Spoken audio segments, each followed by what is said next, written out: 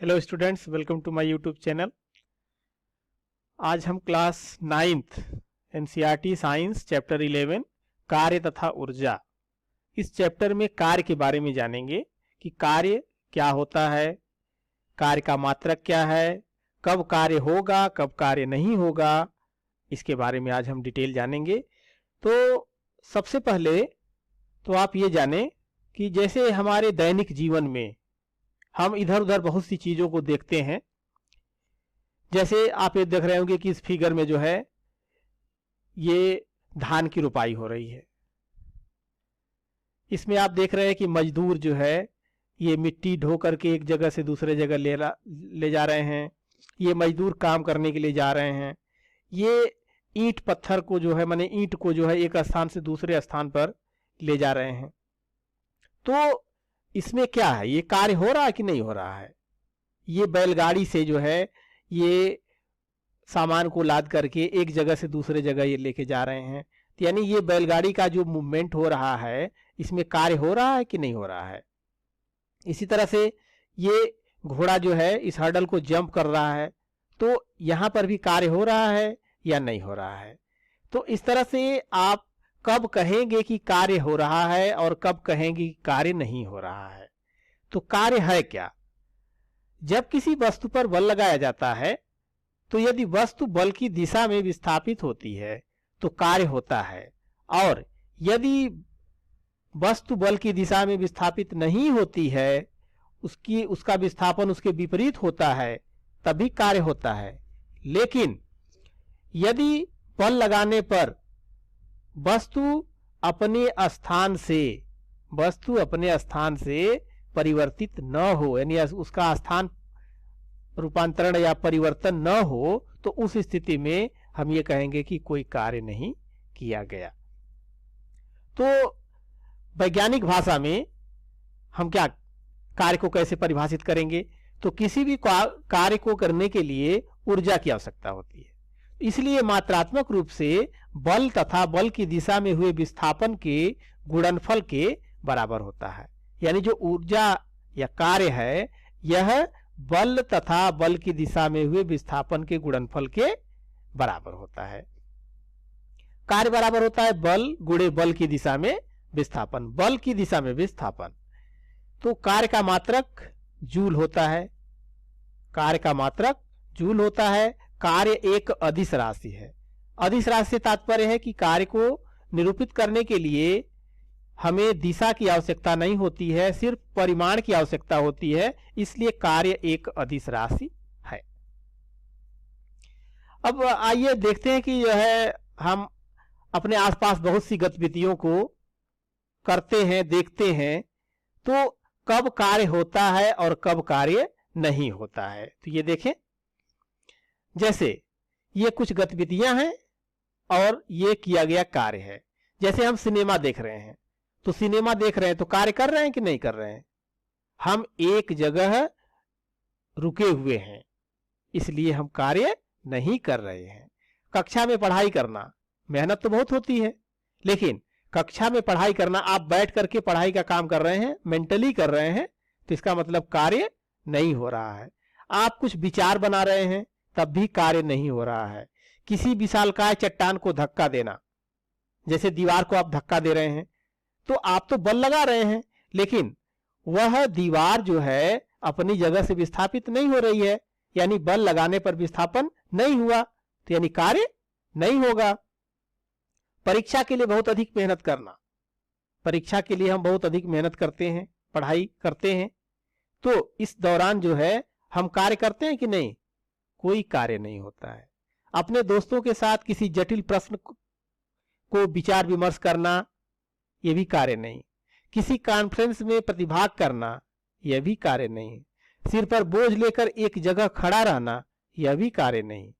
Football खेलना, अब football खेलने में क्या है, आप भी गति करते हैं, फुटबॉल भी गति कर रहा है, अर्थात दोनों की पोजीशन चेंज हो रही है। तो आप बल लगा रहे हैं फुटबॉल पर, तो फुटबॉल की स्थिति में परिवर्तन आ रहा है, इस प्रकार से यहां पर कार्य होगा। किसी ट्राली को खींचना, ट्राली को आप खींच रहे हैं कोई बल लगा करके, तो वह विस्थापित हो रही है, तो यानी कार्य होगा। कमरे में अलमारी को खिसकाना, एक जगह से आपने विस्थापित कर दिया तो विस्थापन हुआ बल लगाने पर, यानी कार्य होगा। तालाब में तैरना, जब आप तैर रहे होते हैं किसी स्विमिंग पूल में या किसी नहर में, किसी तालाब में अगर तैर रहे हैं तब भी कार्य हो रहा है। किसी सामान को किसी ऊंचाई पर चढ़ाना, जैसे आप किसी सामान को छत पर ले जा रहे हैं या आप जो है उसको किसी ऊंचाई पर रख रहे हैं तो यहां भी कार्य होता है। घोड़े द्वारा तांगे को खींचना, जो इक्का होता है, तांगा होता है, घोड़ा गाड़ी, जब घोड़ा उसे खींच रहा होता है तो यहां पर भी वाह्य बल लगा करके और तांगे को घोड़ा खींच रहा है, इसका मतलब कि कार्य किया जा रहा है। तो कार्य के लिए आवश्यक शर्त कि कब कार्य होगा कब कार्य नहीं होगा। तो पहला तो यह है कि एक बल वस्तु पर कार्यरत होना चाहिए, एक बल वस्तु पर कार्यरत होना चाहिए। दूसरा, वस्तु बल की दिशा में या विपरीत दिशा में गतिमान होना चाहिए अथवा वस्तु विस्थापित होनी चाहिए, यानी अगर हम बल लगाए हैं तो वस्तु का विस्थापन होना चाहिए। कार्य को प्रभावित करने वाले कारक, कार्य को प्रभावित करने वाले कारक से क्या तात्पर्य है? तात्पर्य यह है कि जो किया गया कार्य है वह किन किन कारकों के द्वारा प्रभावित होगा, यानी घटेगा या बढ़ेगा। तो बल का परिमाण, अगर हम बल का परिमाण बढ़ा देते हैं तो किया गया कार्य बढ़ जाएगा, घटा देते हैं तो किया गया कार्य घट जाएगा। इसी तरह से बल की दिशा में विस्थापन D या S, विस्थापन को कहीं पर D से लिखते हैं कहीं पर S से लिखते हैं। बल तथा विस्थापन के बीच बने कोण थीटा पर, इस पर भी यह निर्भर करता है। तो नियत बल द्वारा किया गया कार्य, क्या कार्य होगा? तो मान लिया किसी वस्तु विरामावस्था में रखी है, उस पर एक नियत बल F विस्थापन की दिशा से थीटा कोण पर लगा है और वस्तु का विस्थापन S होता है, तो बल द्वारा वस्तु पर किया गया कार्य कितना होगा? जैसे देखिए ये इस फिगर में यहां पर एक वस्तु रखी गई है और विस्थापन की दिशा से थीटा कोण पर एक बल F लगाया गया इस दिशा में। यह वस्तु विस्थापित होकर के इस प्रारंभिक स्थिति से इस स्थिति में पहुंच गई, तो इसके बीच विस्थापन हुआ S। अब यह बल जो है विस्थापन के साथ थीटा कोण बना रहा है, तो इस स्थिति में W बराबर F डॉट S, यानी vector F dot vector S यानी Fs cos थीटा होता है, Fs cos थीटा, यानी F का मान जो है, F का मान इस दिशा में, तो F cos थीटा इसके साथ जुड़ जाएगा। तो किया गया कार्य बल तथा विस्थापन के बीच बने कोण पर निर्भर करता है। तो यहां पर आप देख रहे हैं कि Fs cos थीटा है, यानी cos थीटा के मान पर निर्भर करता है। अब cos का मान आप यहां पे समझ लीजिए क्या क्या होता है। cos 0 का मान 1 होता है, 30 डिग्री का √3/2, cos 45 का 1/√2, cos 60 का 1/2 और cos 90 0, cos 120 -1/2, cos 150 -√3/2 and cos 180 -1 होता है। तो इस तरह से यह थीटा का मान रखने पर हम उस बल के परिमाण को तथा किए गए कार्य को ज्ञात कर सकते हैं। अब इस W बराबर Fs cos थीटा है, तो इसमें थीटा की वैल्यू पर निर्भर करता है कि कार्य कब धनात्मक होगा, कार्य कब ऋणात्मक होगा और कब कार्य नहीं होगा। तो धनात्मक कार्य से क्या तात्पर्य है? धनात्मक कार्य जब बल तथा विस्थापन के बीच बना कोण न्यून कोण होता है, यानी theta is less than 90 degree, theta का मान 90 डिग्री से कम होना चाहिए। इस स्थिति में बल द्वारा किया गया कार्य धनात्मक होता है। जैसे किसी खिलौना गाड़ी को कोई बच्चा रस्सी से बांधकर खींच रहा हो, जैसे मान लीजिए इस टेबल पर यह ब्लॉक रखा गया है और यहां इसको रस्सी से खींचा जा रहा है, तो यह इस पर विस्थापित होगा। तो जब विस्थापित होगा तो इसका मतलब है कि यहां पर जो किया गया कार्य है यह कार्य धनात्मक होगा। इसी तरह से इस ट्रॉली बैग को अगर खींचा जा रहा है तो इस स्थिति में भी जो किया गया कार्य है वह कार्य धनात्मक होगा। ऋणात्मक कार्य जब बल तथा विस्थापन के बीच बना कोण अधिक कोण theta is greater than 90 degree होता है, तो बल द्वारा किया गया कार्य ऋणात्मक होता है। जैसे घर्षण बल द्वारा किया गया कार्य, जितना भी घर्षण बल द्वारा किया गया कार्य होगा वह सभी कार्य ऋणात्मक होंगे। जैसे इसमें आप देख रहे हैं कि यह एक बॉल के ऊपर जो है, यानी रोलिंग बॉल के ऊपर जो है एक ब्लॉक रखा गया है।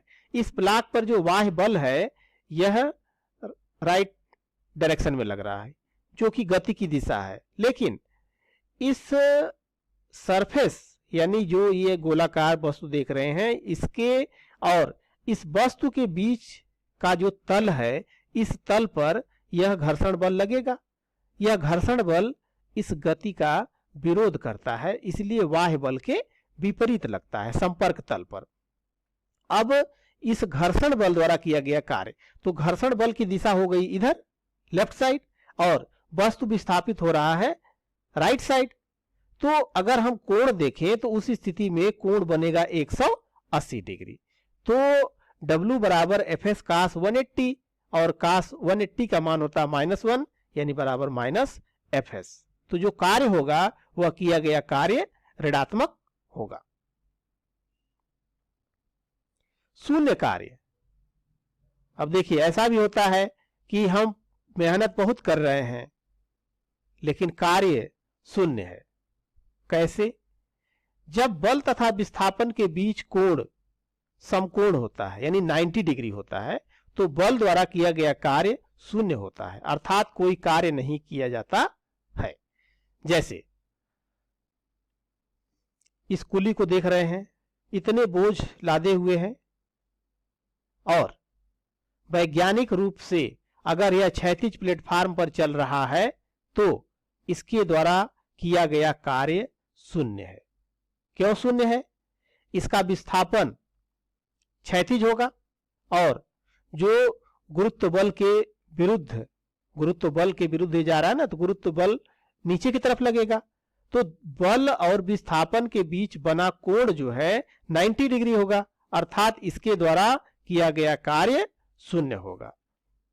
इसी तरह से इस फिगर्स में अगर देखें कि जब कुली नीचे से बोझ उठाकर अपने सिर पर रखता है तब तो कार्य करता है और उस समय किया गया कार्य जो है W बराबर mgh के बराबर होता है। लेकिन जब वह क्षैतिज प्लेटफार्म पर बोझ को सर पे रख करके और चल रहा होता है तो उस स्थिति में वैज्ञानिक रूप से वह कोई कार्य नहीं करता। जैसे देखिए इस फिगर में आप देख रहे होंगे कि इसके सिर पर यह बोझ है, यह भार mg नीचे की तरफ और विस्थापन है इस दिशा में s, दोनों के बीच बना कोण 90 डिग्री। तो अगर हम यहां पर निकालें mg इंटू s cos 90 का मान शून्य हो जाएगा, तो जो किया गया कार्य है वह किया गया कार्य शून्य होगा। कुछ एग्जाम्पल्स हैं कि जब कोई व्यक्ति हाथ में सूटकेस लेकर क्षैतिज दिशा में चल रहा है तो गुरुत्व बल के अधीन किया गया कार्य क्या होगा? शून्य होगा। यदि कोई कुली बोझ सिर पर रखकर क्षैतिज प्लेटफार्म पर चलता है तो गुरुत्व बल के अधीन किया गया कार्य शून्य होगा। क्यों? क्योंकि क्षैतिज प्लेटफार्म और गुरुत्व बल दोनों के बीच का जो कोण बना होगा वह 90 डिग्री और cos 90 का मान शून्य होता है, इसलिए W बराबर FS cos थीटा से इसका मान शून्य हो जाएगा। जब कोई वस्तु वृत्तीय पथ में गति करती है तो अभिकेंद्र बल केंद्र की ओर लगता है और वस्तु का विस्थापन वृत्तीय पथ पर स्पर्श रेखीय होता है। अतः बल और विस्थापन के बीच कोण 90 डिग्री होगा तथा किया गया कार्य शून्य होगा। अर्थात वृत्ताकार पथ पर अगर कोई वस्तु गतिमान है तो अभिकेंद्र बल के द्वारा किया गया कार्य शून्य होगा। जब कोई उपग्रह किसी कक्षा में गति कर रहा है तो अभिकेंद्र बल के अधीन किया गया कार्य शून्य होगा। यानी उपग्रह जब किसी निश्चित कक्षा में चक्कर लगा रहा है तो उसके द्वारा कोई कार्य नहीं किया जा रहा है। ये पाठगत क्वेश्चन है। क्वेश्चन नंबर 1, किसी वस्तु पर 7 न्यूटन का बल लगता है। मान लीजिए बल की दिशा में विस्थापन 8 मीटर है, तो वस्तु के विस्थापन के समय लगातार वस्तु पर बल लगता रहता है। इस स्थिति में किया गया कार्य कितना होगा? तो इस पर लगने वाला बल कितना है? बल जो है ये लग रहा है 7 न्यूटन। ये फिगर इसमें दिया गया है कि एक ब्लॉक है, इस ब्लॉक को यहां से 8 मीटर शिफ्ट कर दिया गया है, ये 7 न्यूटन का बल इस पर लग रहा है। तो बल की दिशा इधर है, बल की दिशा में ही ये विस्थापित हुआ है। तो जो इस पर किया गया कार्य होगा, तो किया गया कार्य बराबर बल गुणे बल की दिशा में विस्थापन। तो किया गया कार्य अर्थात बल 7 न्यूटन और दूरी 8 मीटर, तो 7 न्यूटन गुणे 8 मीटर। तो इस तरह से हो गया 56 न्यूटन इंटू मीटर, और न्यूटन मीटर को जूल कहते हैं। तो जो किया गया कार्य होगा यह 56 जूल होगा। क्वेश्चन नंबर है कि हम कब कहते हैं कि कार्य किया गया? हम कब कहते हैं कि कार्य किया गया? तो जब बल लगाने पर नेट विस्थापन शून्य न हो तो कहा जाता है कि कार्य किया गया, यानी नेट विस्थापन शून्य न हो। और अगर नेट विस्थापन शून्य हो जाता है उस स्थिति में किया गया कार्य भी शून्य होगा। जैसे आप पढ़ने के लिए विद्यालय आते हैं, तो जब आप घर से चलते हैं, आप विद्यालय आए और फिर वापस घर पर जब पहुंचते हैं तो आपका विस्थापन क्या हुआ? शून्य हुआ। तो जब विस्थापन शून्य हुआ तो किया गया कार्य भी शून्य होगा। तो वैज्ञानिक रूप से हुआ कि विस्थापन के रूप में अगर हम देखें तो आप सुबह तो निकले, बहुत मेहनत किए, दिन भर पढ़े लिखे, घर पहुंचे, लेकिन किया गया कार्य शून्य है। प्रश्न नंबर 2, जब किसी वस्तु पर बल लगने वाला बल इसके विस्थापन की दिशा में हो तो किए गए कार्य का व्यंजक लिखिए, अर्थात सूत्र लिखना है। तो W बराबर F इंटू एस, यानी बल गुणे विस्थापन। प्रश्न नंबर 3, एक जूल कार्य को परिभाषित कीजिए, यानी एक जूल कार्य किसे कहते हैं? तो जब किसी वस्तु पर लगने वाला बल 1 न्यूटन हो, लगने वाला बल जो है 1 न्यूटन हो और वस्तु बल लगाने पर बल की दिशा में 1 मीटर विस्थापित होती है, तो बल द्वारा किया गया कार्य 1 जूल होगा। यानी लगने वाला बल भी 1 न्यूटन हो, वस्तु बल की दिशा में 1 मीटर विस्थापित हो, उस स्थिति में कहा जाएगा कि किया गया कार्य 1 जूल है। बैलों की एक जोड़ी खेत जोतते समय किसी हल पर 140 न्यूटन बल लगाती है। जोता गया खेत 15 मीटर लंबा है। खेत की लंबाई को जोतने में कितना कार्य किया गया? तो देखिए, किया गया कार्य बल गुणे बल की दिशा में विस्थापन। तो जो बल है वह 140 न्यूटन है और खेत की लंबाई 15 मीटर है, यानी बल की दिशा में विस्थापन हुआ 15 मीटर। तो 140 गुणे 15 यानी 2100 न्यूटन इंटू मीटर, अर्थात 2100 जूल। तो जो किया गया कार्य है वह 2100 जूल होगा।